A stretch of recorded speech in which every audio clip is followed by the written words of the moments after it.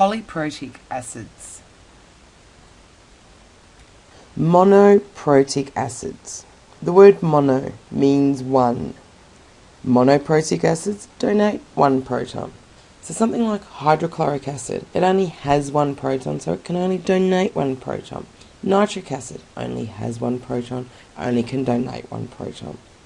We also have polyprotic acids, and these are acids that can donate more than one proton. Remember the word poly meaning many, as in polymer. You have diprotic acids, di meaning two, and they can donate two protons. Things like sulfuric acid, carbonic acid have two protons. You also have triprotic acids. These can donate three protons, tri meaning three. Phosphoric acid and boric acid are two examples. They have three hydrogens, so they have the capability of donating more than one proton. Doesn't mean they always do, but they have the capability of doing so. So, these polyprotic acids donate their protons in stages. So you'll see here with sulfuric acid, it reacts with the water, it gives up one hydrogen to become HSO4 negative. That's stage one. This HSO4 negative now can lose its hydrogen. So this is the same substance that was formed here, reacts with water again to form hydronium plus SO4 negative, and that's the second stage. So the product of the first stage can react again with the water to undergo the second stage. Here's a good example here with phosphoric acid. So phosphoric acid is a triprotic because it's got three hydrogens. At this point here, phosphoric acid can only act as an acid. It can lose one hydrogen to become H2PO4 negative. Why does it get a negative charge? Because it's lost one proton. It's gone from having three protons to having two protons. If it loses another hydrogen, it becomes HPO4 negative. Again, increasing that negative charge because it's lost a proton. And for the third proton it loses, it becomes PO4 negative. This substance here can only act as a base. It can only accept protons. Phosphoric acid can only act as an acid. It can only get rid of protons.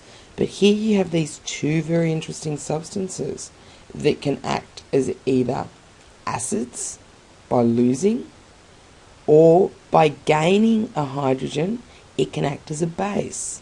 So if one of these goes in this direction, it's gaining a hydrogen, it acts as a base. However, if it loses a hydrogen, it will act as an acid. A species that can act as either an acid or a base is said to be amphiprotic. Amphiprotic. You may have, I think of ambidextrous. Ambidextrous, you're left-handed and you're right-handed. Amphiprotic means that they're either acids or bases, or they can act as either acids or bases. So they can either donate or accept that hydrogen, as we just saw. The way they react depends on the relative strength of the acids and bases they are reacted with. So if you have a look in this example here, I've got HCO3 negative, hydrogen carbonate. Hydrogen carbonate with water. Hydrogen carbonate will act as an acid. Oops, sorry, I lost my cursor. It will act as an acid. It will donate its hydrogen to the water to form hydronium and carbonate. If you put the hydrogen carbonate here,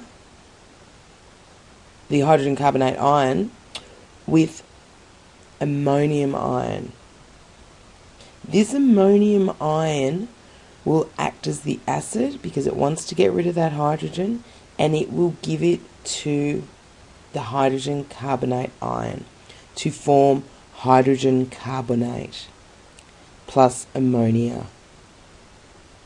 So you can see here the hydrogen carbonate ion is amphiprotic, meaning that it can act as either an acid or a base, depending on what it's put with. If it's put with water, it will act as an acid. If it's put with ammonium, it will act as a base.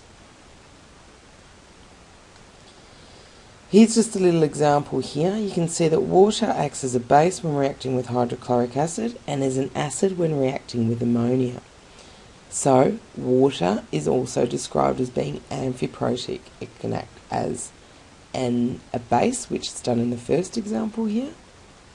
It's accepted that hydrogen, or it can act as an acid and give up that hydrogen to create hydroxide ions. So amphiprotic substances are in the middle here, and you can see they can act either way.